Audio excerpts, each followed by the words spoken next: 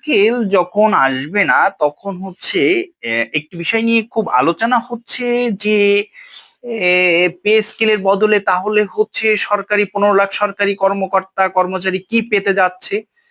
সেই আলোচনাতে নতুন করে ঘি ঢালছে হচ্ছে মহার্ঘ ভাতা, এবং বিভিন্ন মাধ্যম বলছে যে 15 থেকে 20%। তো 15% হচ্ছে প্রথম থেকে দশম গ্রেড, নবম গ্রেড পর্যন্ত, দশম গ্রেড থেকে পরবর্তী 20 গ্রেড পর্যন্ত হচ্ছে 20%।